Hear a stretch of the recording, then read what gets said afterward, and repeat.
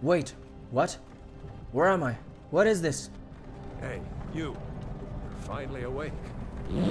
Whoa, what was that? I was having flashbacks there. Hi, this is Arthur again for another Roll20 episode. We're creating an adventure called Dream of Dragons. In our last videos, we learned how to place a landing page or cover for the project, and we placed the maps in their respective pages, and we added the GM's layer with their respective labels. Today, we're going to work in the light layer. You can find it right here on the left bottom corner. It is within that layer that we're going to draw the dynamic walls and then add lighting and doors. Are you ready? Let's go! So now you will go to the Tools menu. It is located in the left side of your screen. To draw dynamic walls, you have 4 options. You can use the freehand tool to draw them yourself. I personally prefer the pen tool. It is great to draw straight lines, and the rectangle and ellipse tools work better with columns and square objects. Lastly, to draw lines, you use your left click. You can hold the Control key to continue drawing with more clicks. Use your right click to place what you've drawn, or start another line.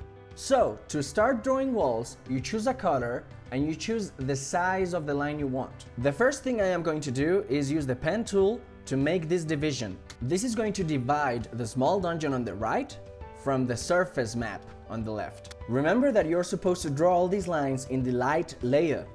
Otherwise, your players may be able to see all these lines, or simply dynamic walls and dynamic lighting will not work. Now you simply have to draw the walls of the dungeon.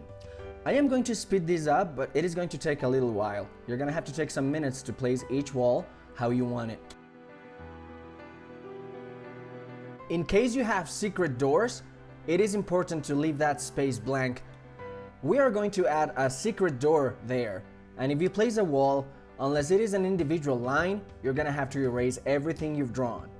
I am going to speed this up again a little bit and finish with this right side of the dungeon. Okay, now it is time for the surface part of the map. Here we have no walls, we have bushes and trees. What I like to do is to choose a very different color from the walls. As you can see, I am now using the one-way walls. This is a type of wall that allows light to go through. Look at the small arrows along the line. Light will go through in that same direction. To explain this more clearly, look at these pictures. Here is a token within the light layer. On the left, you can appreciate how the token can see through the line. On the right, the opposite occurs. A token within the one-way wall will not be able to see, and the light will not be able to come out. And this is how it would look when a token is placed in the tokens layer. And this is how players would see the map when they're playing. Okay, we're ready to finish with the green lines and the one-way walls. Quick tip, remember that you can flip the direction of any of the one-way walls if needed. Okay, now you're ready to learn about the transparent wall. This type of wall is gonna force you to do this: restrict the movement of your player tokens. This happens because these walls have the same function of a window, a closed window. Light and vision can go through them, but player tokens are not able to traverse them. Just like we did with the one-way wall, I recommend you to use a different color for this one. And in the case of this map, I am going to use the ellipse tool to create the shadows of each of the columns. Once you draw one that you're happy with, you can use Ctrl+C and Ctrl+V to copy-paste them all. Just click on the circle that you want to paste the wall in, and Roll20 will respect that position. You can use transparent walls or one-way walls for your columns if that fits your project. This map is finished. Now let's do the same for the dungeon.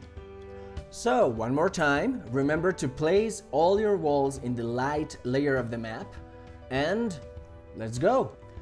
And remember that if you hold the Control key, you can continue placing lines like this. And when you finish a section, use your right click to confirm the placement of those lines, like this. Let's continue with the rest of the dungeon, and remember to leave the spaces for the secret doors. We will add doors and light sources in our next video. In the end, the colors that I use and the width of the lines that I'm using here are completely optional. Feel free to experiment with the walls, the colors, and the different tools that Roll20 has.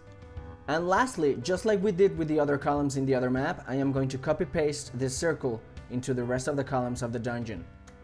And we finished. We have dynamic walls for both of our maps. Our next mission is adding light sources and doors. I'll see you in the next one.